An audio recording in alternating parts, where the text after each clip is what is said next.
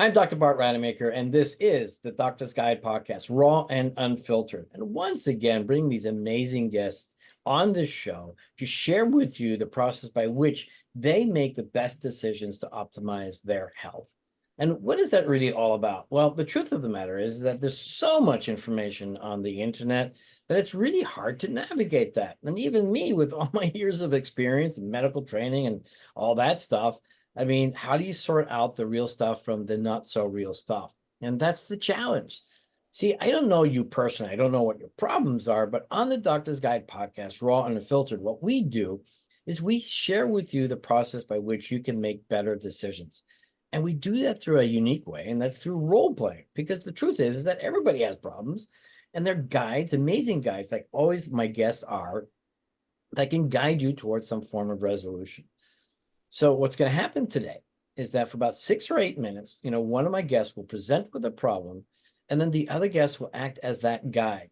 And in those 6 to 8 minutes, you'll understand the process by which you can then navigate in a better way your own health journey. And so my hope is that you leave with some sort of insight or some sort of action step that you can now take so that you can begin to optimize your health, even if it's just reaching out to these amazing guests like today with Nate and Patrick.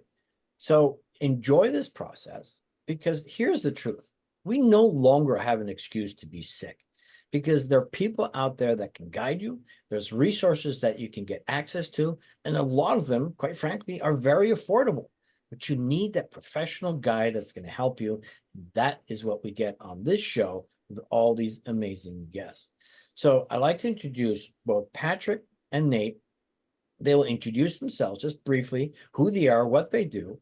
Then we'll go into this 6 or 8 minute role play, after which we'll begin with the unpacking of what's present for them, what's relevant, and for you, so that you can get an insight and an action step to follow as well. So Patrick, thank you so much for joining me today. Go ahead and introduce yourself, who you are, what you do. Well, then we'll go with Nate, and then we'll begin the role play. So my name is Patrick Lerouge. I hail from Garwood, New Jersey, and I am a person that's talking about getting a person to raise their temp. That's a wordplay that I like to use for getting people to enhance their time, enhance and give them more energy, give them more money because they're locked into their passion. I've been doing that for over 24 years in the world of mentally and emotionally, physically optimizing the body, as well as in the spiritual realm as well, dialing all those in many different methodologies and philosophies. So a person can not only get one way, but multiple ways to get their problem solved, because I do not believe in the one quick fix by doing one black or white object. Everyone is customized. Everyone is able to do what they need to do, but we just need multiple ways to unlock our minds and tap into the healing power of our bodies.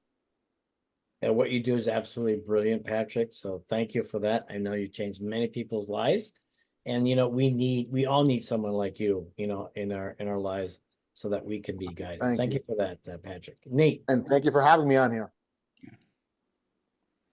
Well, my name is Nate Zaleznick from Northern Utah, born and raised, and I'm one of only two American Master Trainers of a very specific, very sacred and ancient form of energy development, breath work, meditation, energy healing, and even extrasensory perception from a royal family of Java, Indonesia.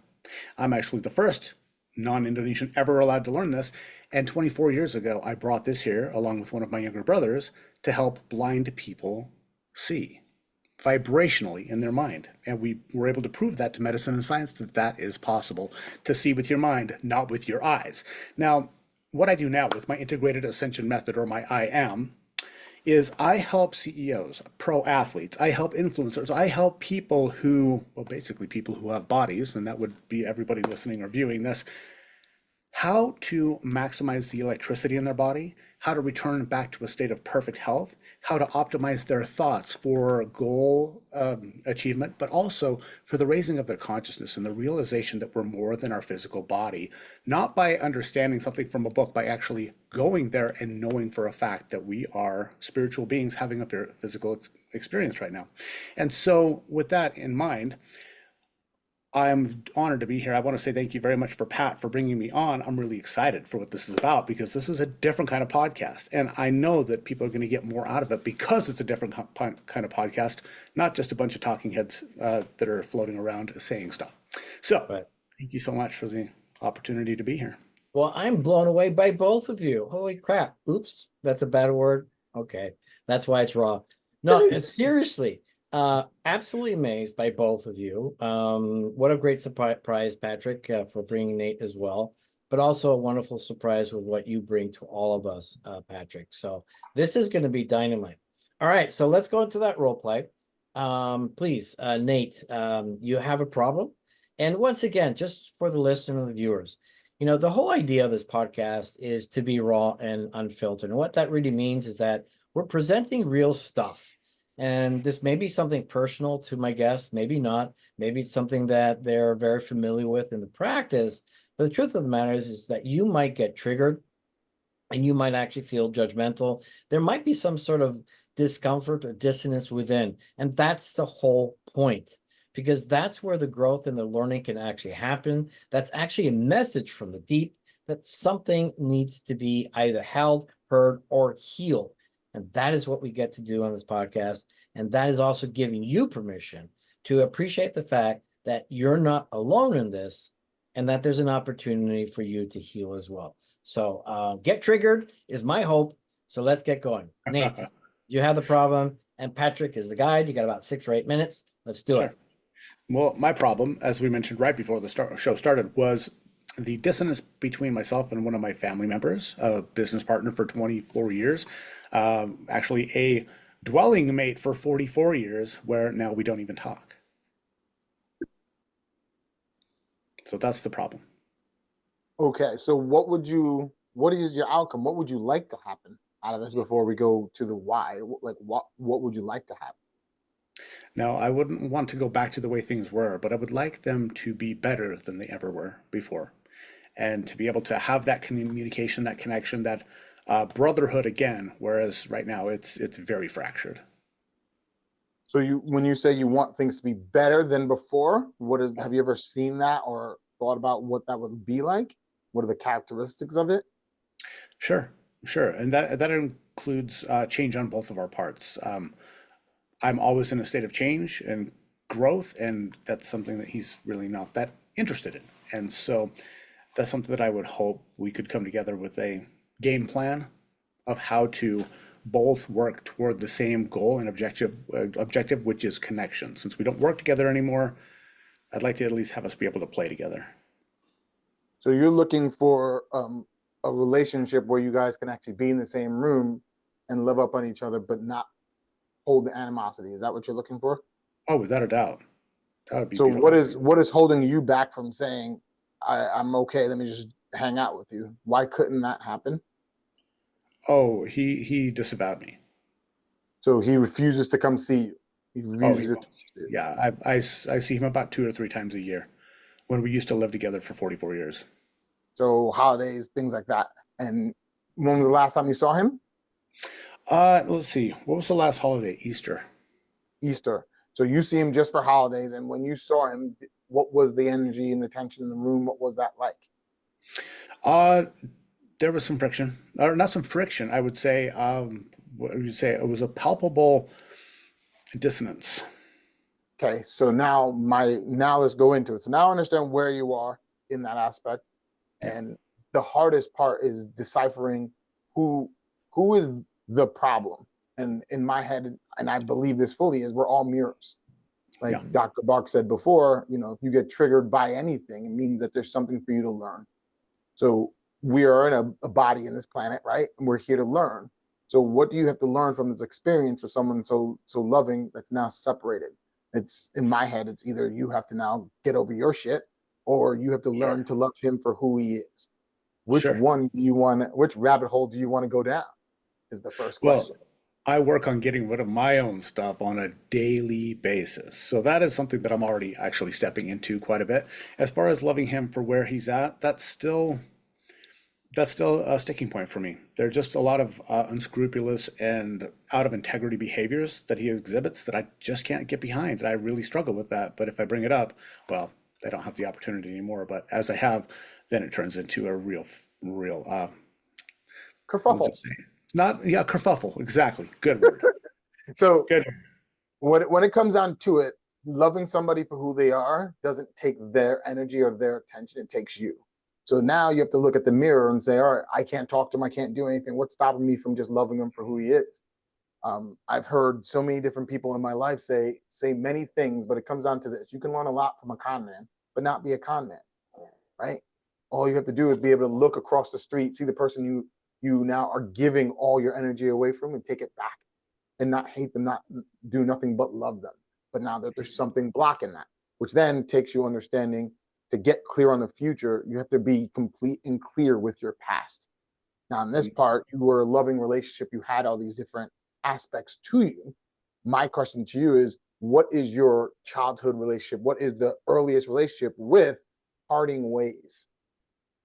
Think about all the things that you've learned about what it takes to part ways. What is the concept of parting ways? What is your belief around that, or your Ooh, experience? good question. So as a child, parting ways, and this was, I guess, my primary maybe defense mechanism, or simply the way that I would do things psychologically. I would say, okay, we're no longer friends, so you're no longer my friend. I don't think about you anymore. Bye. Now, And I where would, did you learn? When did that come into your life? You can remember back as oh, far back as possible. young childhood, grade school. Yeah, Can you tell me? definitely. Could you tell me the experience Schoolmates. quick? Oh, there were numerous on a pretty much daily basis with significant, like severe bullying here in Utah. Not being of the religion of Utah, I was a very easy target and the only one in my grade not of that religion. So, um, blowing like not blowing people off, but putting them to the side, as in those who matter don't mind, or those who mind don't matter, kind of thing. If they matter, if they mind, then they don't matter. Um, and so I learned very early to dismiss people and push them out of my life when they were mean to me, or if I felt they were out of integrity, or they were, say, cruel or mean. I would just, okay, I don't need to be around you anymore. That energy, bye. Okay, so now the question lies is this: where did you learn that from? So early on, a child now, you now saying, I have to separate myself. A child Mm. doesn't learn by just happening to pop up. They see it, they experience it in their lives. Who taught you that as soon as someone does something wrong, pulls it apart? Because as soon as you find that out, we have our root. Ooh, I was so young. I don't recall where that originated from. Neither of my parents were that way, so I didn't really learn it from them. And it would have been preschool, maybe TV. I'm not sure. Okay. All right, so we don't have an anchor point for that, but do you see how there's a massive connection between the way you dealt with your enemies and things as childhood, which now your sibling has now fallen into that trap? For sure. So now we have to get you to a place where you actually physically get connected to that feeling, but we don't have a root, so I don't have something to go off of, but we're going to do it anyway. Once you physically get attached to, all right, Johnny was a jerk to me as a kid, and I remember pushing him away and never looking back. Right? Do you have an experience like that inside your head? And I just use the word Johnny. I just as an Sure. example. Sure. Johnny was a jerk. Just telling you. Johnny was a jerk, Johnny right? was a jerk.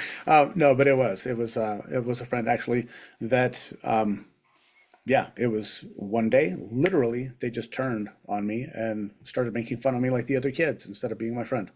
And there As was no kids do, rhyme or and that as kids do. and Yeah, that's tough as a child, as well as that's what kids do, and they're jerks in that way. But kids learn in that way. I'm sure Johnny's not the same now. But now, how do you feel going back to that moment? And if you can dissolve that, and I know we don't have enough time to jump into it, but now we have a deeper root. As soon as we get to that dissolvement inside yourself, then we got it. So my question is, if you're looking at that experience, your mind and body doesn't perceive time the way that we do. If you're actively there, your body's going to have a sensation now. Do you feel a sensation now to that issue of Johnny being a jerk? And honesty is the best policy, because if you don't, that's not the right one. no, the only sensation that I feel is below my left lung, like near the pancreas area. It's just interesting pressure there. It wasn't there just literally 10 seconds ago or 20 seconds ago.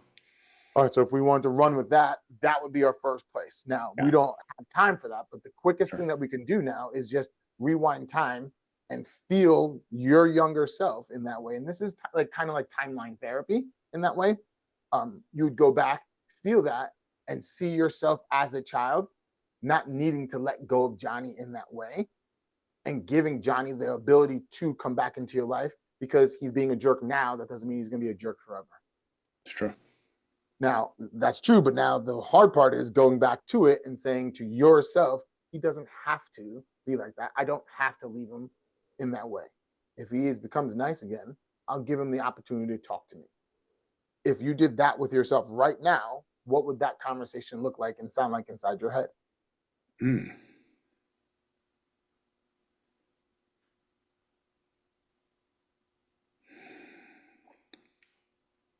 It would be the understanding that just like I change all the time. Everybody else changes as well. And to give them that grace to understand that they are a being in growth as well. It won't always be the way I remembered them. It's I guess, a continual judgment based upon cognitive bias of what, or I should say cognitive dissonance of what I thought and felt that person was like then. And with my brother, it's even stronger because we remember when we pooped our pants in fourth grade or whatever.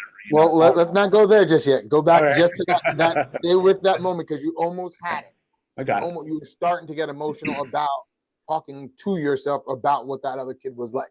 You need to stay with that until that gets resolved, and then we can jump back into this timeline in that way. So going back and clearing up your past and getting complete with that one moment can now complete this moment with your brother. And we're not saying it's going to be fixed, but the fact that you can actually have the thought of, I can forgive him, I can talk with him, I want to talk with him, I want to hash this out, will be in, rather than he doesn't want to talk to me, fuck him. Sorry about that. Like that's the name of the game. So if you want, do we have more time, Doc? You got 2 minutes left. Perfect. So if you go back into that, you are talking with yourself in that way to yourself. And that's the hardest part for us being adults, is talking to us as a child, which is our subconscious mind. It's being able to get calm enough to be like, all right, he hurt your feelings. You're okay. We can now make this better, because he's not going to be like that all along. What will it take for you? Now I want you to focus with me. What will it take for you as that child to forgive Johnny the jerk? What would have to happen for you to forgive him?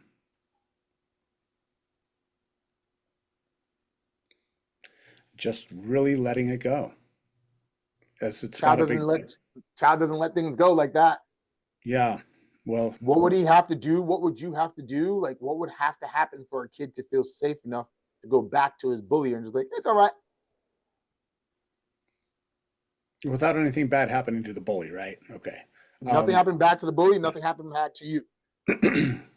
You need to have that conversation with yourself, because that's what's holding you back from having that conversation with your brother. And this is just one route of many that I can find. Interesting. Okay. I'll have to think on that, because I'm not quite sure what my younger self would process that like. Now that's the game. Yeah. Because forgiveness was not in my nature, so. Well, it was forgiveness was not in your nature? Not then, no. Avoidance was in my nature. All right, so your bigger issue, like if I were to work with, now we just found out the real root. Your real root is based off of non-forgiving, based off of avoidance. We figure out who taught you the avoidance. Now we have a person that's now willing to go out and now do the hard thing, the challenging thing. So now we have our belief. And this is where we would go into subconscious work, somatic work around avoidance, around being able to feel confident enough, strong enough to deal with the hard stuff that's from the inside. Now we have our root, and it just took us 8 minutes to get there. Very cool. Awesome. Great job, guys.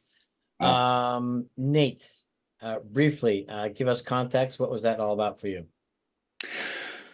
That was really a perspective that I needed to hear. That with all the people and the therapies and the things that I've done thus far, I haven't actually heard, which is Pat's magic, like his ability to see that and pull that stuff out. I don't know if that's the way it is for everybody, but for this guy, he somehow goes into my soul and says, "Oh, this is where you're messed up," and then pokes the bear quite a bit to make sure that I answer that. So for me, it's a beautiful experience. It always is. It's not a pleasant one though, and sometimes the most beautiful things are the most painful. Not wanting to face this or look at this problem head on in that respect, that it's something much earlier than that. And just even having those things come back that Pat was asking about, I hadn't thought of those things for 40 years, those people. So beautiful experience for me. No, that's awesome. And we can see the shift. Patrick, give us context briefly, and then we'll start unpacking. So one of the hardest things that I have to do is understand which route a person wants to go down and is able to go down without fully losing it. I tell everyone that I'm not a psychotherapist. I'm not looking for the hard major T's. I'm looking for all the little T's based off of the behaviors that you've learned.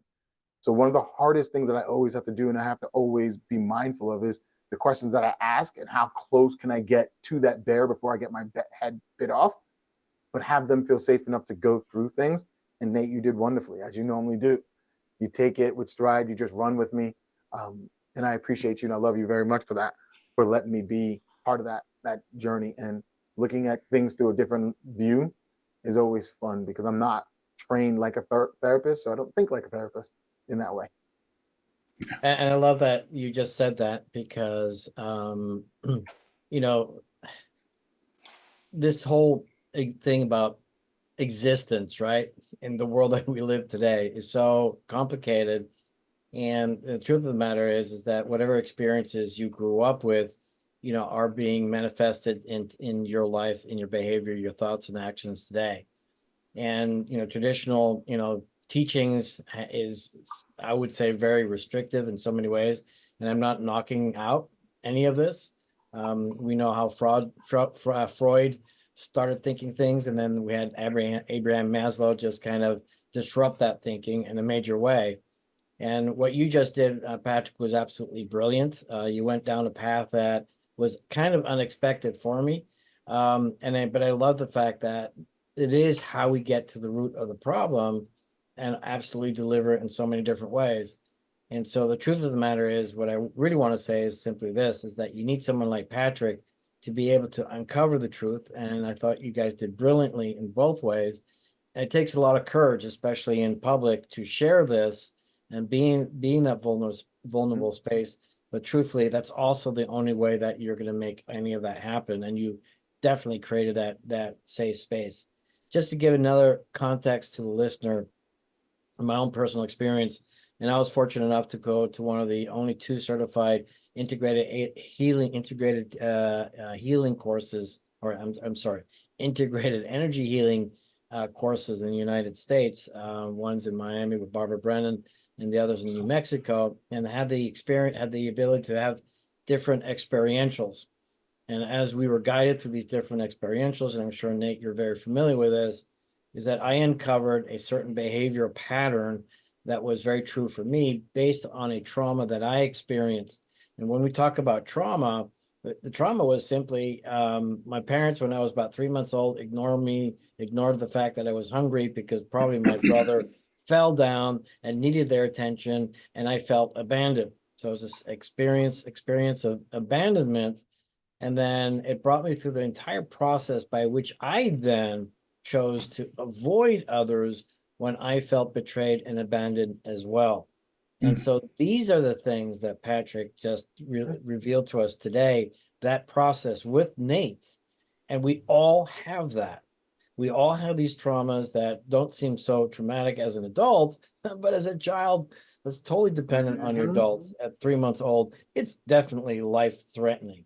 So I want to give you guys the mic. Let me give it first to Patrick. You are the guide here. And then we'll get some feedback from Nate as well. So unpack us some more. We'll go over a little bit today simply because this is very relevant. Patrick, what say you? So the biggest thing I want to leave everybody with is you have to remember we're all based off of our brains and our bodies working together. But our brain runs one major program. It has a bunch of beliefs. Our beliefs come from our childhood, and we get imprinted from the age 0 and 7. Once we have those beliefs start running the core program, we have a bunch of thoughts. Your thoughts turn into your words turn into your actions turn into your habits done long enough gives you your values. So if you're running into the same problem over and over again and not seeing that the strategic world that we live in, the black or white world is not living in, you have to get really clear on your past if you're trying to move forward in your future. You can muddle through, you can do anything, but the fastest way to do it is to get clear and calm with your past. And then once that becomes complete, everything in the rest of the timeline changes. And the same thing with future vision. As soon as you see what you want in the future, it becomes clear. And your past is clear, it becomes manifestation really, really quickly. No, I love that. And that's where the power of Right. questions by someone as skilled as you comes into play. It can't be somebody that's, from your own family, because, we are more defended or protective in that fashion, but somebody Yeah. that has the courage to also make you uncomfortable, because the truth is that when you make your client uncomfortable, they might just run away, but we won't serve them unless we ask the pertinent questions, as you then see them how they can't see themselves. Nate, your thoughts? Well, one thing I can tell you and everybody in the world about, Pat has no problem making you uncomfortable, for your own good. But I you're would very, like to say, like, it's not that bad. Like, I pull you in the sweet spot. It's not like I'm throwing people out in the lurch here. no. It's actually perfect though, because he's always very gentle with the way that he interacts, and he enters into a conversation. It's not the aggressive type of behavior you think of a lot of, say, motivational speakers that get you to jump around, holler, and get into a different state, but they don't actually make a lot of change on the deeper levels. He knows, he's a master at this. So for me, it's really important. Like I said, I had not thought of that instance before for at least 40 years. I was probably 7 or 8 when that actually happened. And so thinking back at that now, then it comes to the reflection, was it before that though? Because I think it was, like you were talking about, Bart, about when you were 3 months old. Well, as I go back farther and farther, that's going to be interesting for me to unpack and really go into that, because um, I have a feeling that that was a big. Actually, I know for a fact that there were other things. They're starting to come right now. I'm like, wow, okay.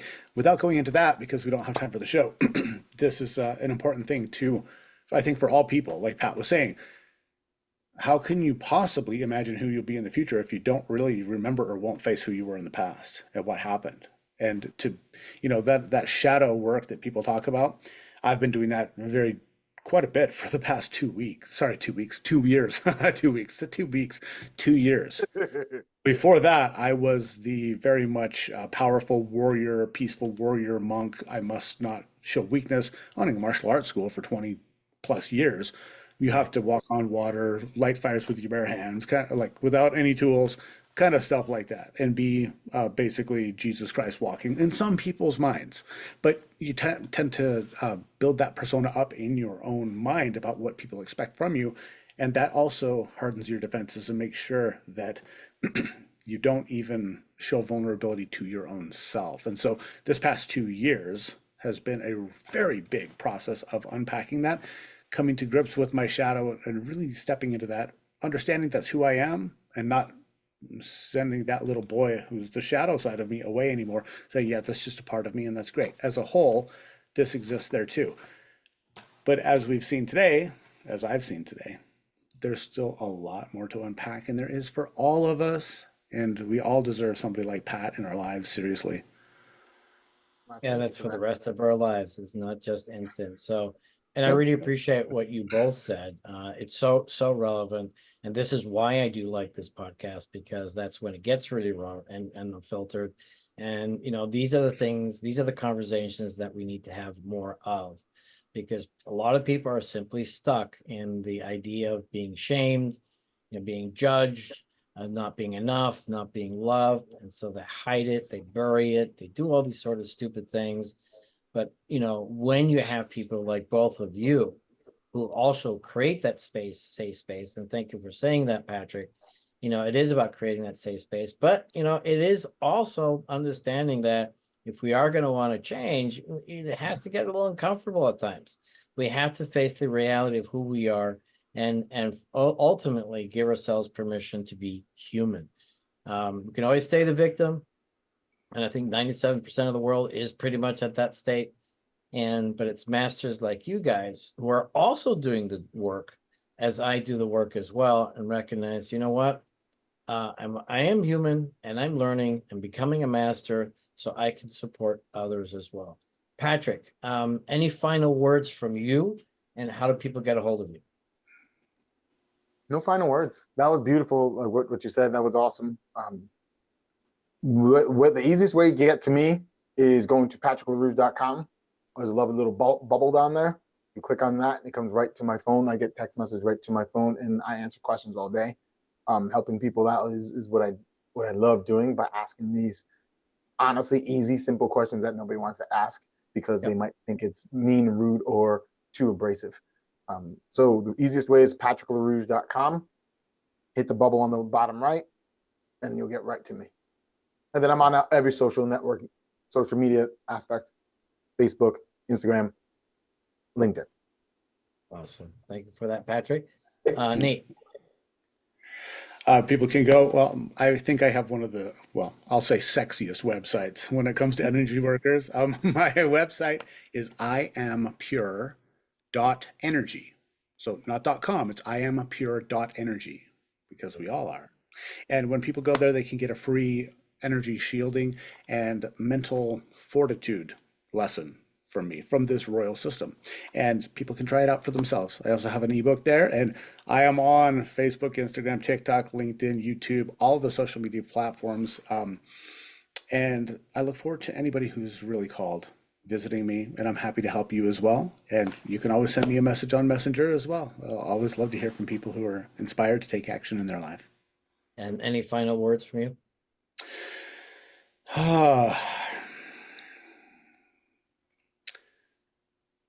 I think the most important change that we all need is the one that we're most afraid to take and make. And to have somebody who will support you is very important, because like they say, no man is an island. But I'll tell you what, it's pretty easy to feel like one, but you do, no matter who you are, where you come from, you do have allies out there. It's just important that you ask for that help that you need. I love that. And added to that, by the way, I think there's a genius within all of us, but we're all conditioned to play small. We have a lot of people that are naysayers that want to keep you being small. But the truth is that people like you in our lives can see the greatness within us and allow us to be accountable and to play at a higher level and hold us to a higher standard. And I know that's exactly what you guys do, because that's why you do this work. This was an amazing podcast. These are exactly the conversations I want people to have. A lot of people can be very judgmental about the process. This is just a small tidbit of an insight of our experience of what it is. Obviously, there's a lot more work to it, but you guys are getting the results, and it's a beautiful thing. And I want to thank you both. Once again, my name is Dr. Bart Rademaker. This is the Doctor's Guide podcast, raw and unfiltered, and bringing to you things that I hope actually do trigger you, because that for me is the message from the deep, that there is some work to be done so that you can actually now experience the kind of freedom that you always desire and deserve, so that you can step into that greatness of yourself and be great for others as well. Guys, thank you so much. We'll be back.